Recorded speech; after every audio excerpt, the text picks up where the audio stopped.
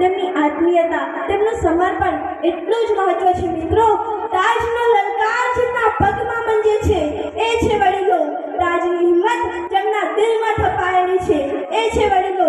જેઓ સદાય ગર્વ અને સ્વાભિમાનથી પોતાનું મસ્તક ઊંચું કરીને જીવે છે.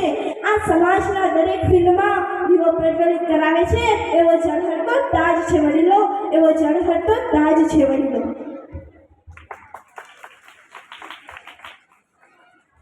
એ જાડાકાશના ચશ્મા, વિચારજો, એ જાડાકાશના ચશ્મા, મોટું થઈ ગયેલું મોઢું, વાંકી વળી ગયેલી કમર, હાથમાં પકડી હોય લાકડી અને એમાં જે ઝાંઝરવાન લાગે ને એ હંમેશા આપણા દાદાજી હોય, અને જે સ્વરૂપવાન લાગે ને એ હંમેશા આપણા દાદીમાં હોય.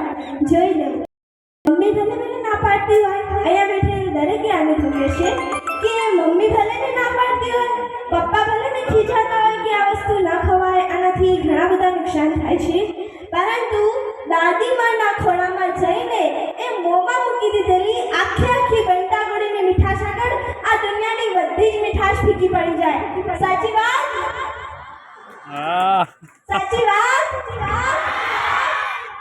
આજે બધા લોકો કહે છે, ઘણા લોકો કહે છે કે વીતી ગયેલો સમય પાછો નથી આવતો, અને એમાં આપણને આપણું ચાઇલ્ડહુડ, આપણું બચપન ખૂબ જ પ્રિય હોય છે.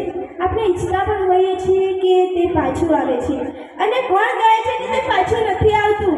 હા, ચોક્કસ તે પાછું આવે છે. હું કહું છું કે તે પાછું આવે છે.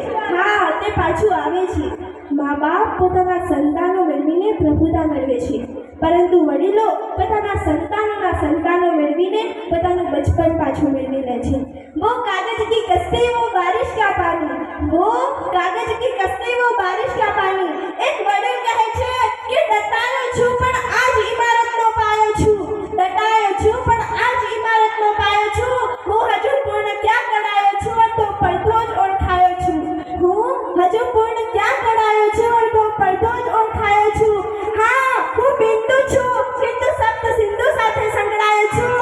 બિંદુ સરવાળે થાવ તો એ ઘાયલ, શૂન્ય કરતા તો હું સહાયો છું, શૂન્ય કરતા તો હું સહાયો છું.